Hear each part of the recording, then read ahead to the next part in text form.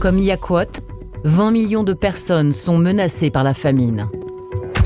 Au Yémen, en Somalie, au Nigeria et au Soudan du Sud.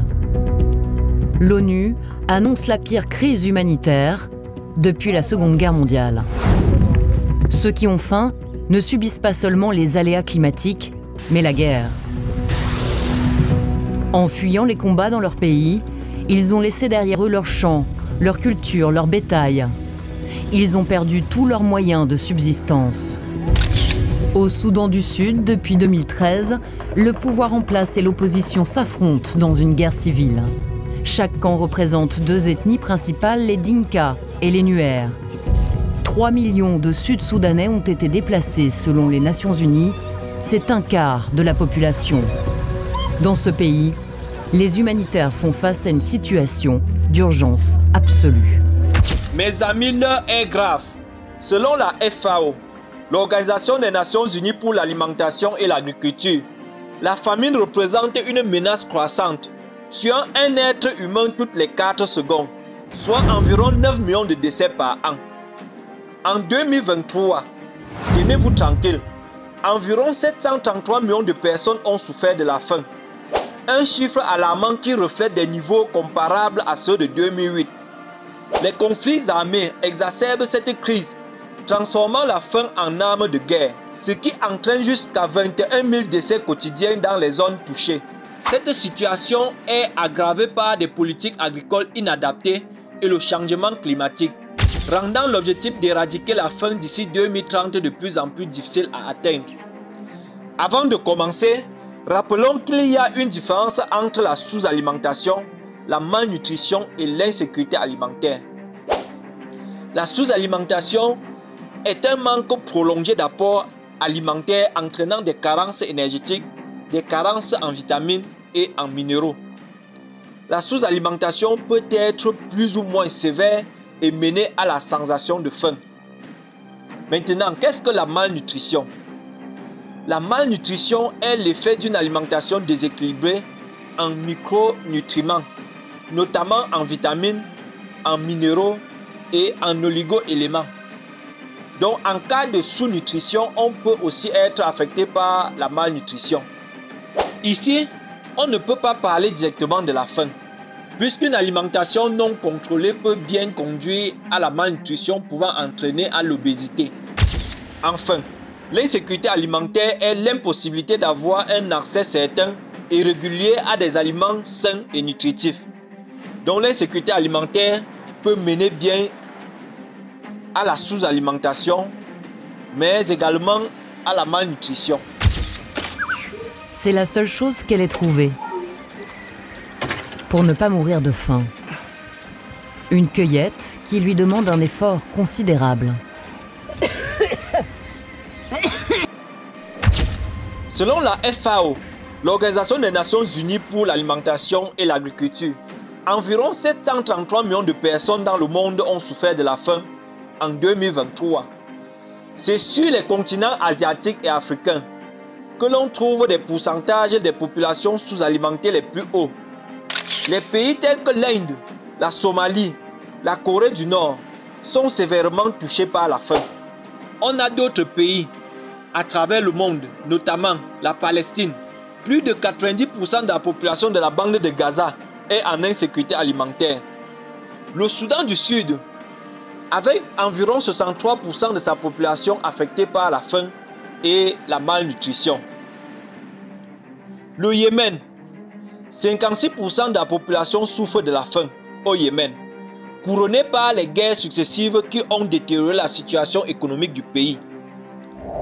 La Syrie, nous avons 55% de la population en Syrie qui sont en insécurité alimentaire. Ce pays subit une instabilité ayant entraîné le déplacement de la majorité de sa population. Le Haïti, avec 49% de la population touchée. L'Afghanistan, avec 46% de la population en insécurité alimentaire. La République centrafricaine, avec 44% de la population en insécurité alimentaire. Le Soudan, avec 42%. Et la Somalie, avec 39% de la population affectée.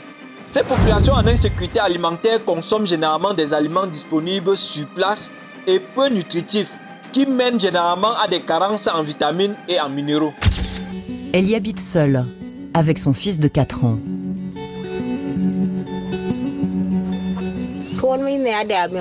Les feuilles et les baies ne nous suffisent pas. Et quand il pleut avec la boue, c'est impossible d'aller jusqu'aux arbres. Comme nous avons commencé à relever, les causes de l'insécurité alimentaire sont diversifiées. On a en premier lieu les conflits armés, qui représentent environ 70% des populations souffrant de la faim. Ces conflits détériorent les systèmes de production et de distribution alimentaire, rendant l'accès à la nourriture difficile. Ils entraînent aussi les déplacements des populations. Les guerres forcent les gens à fuir leurs terres, perdant ainsi leurs moyens de subsistance. Par exemple, le conflit entre la Russie et l'Ukraine perturbe depuis des années les marchés mondiaux, entraînant une hausse des prix alimentaires.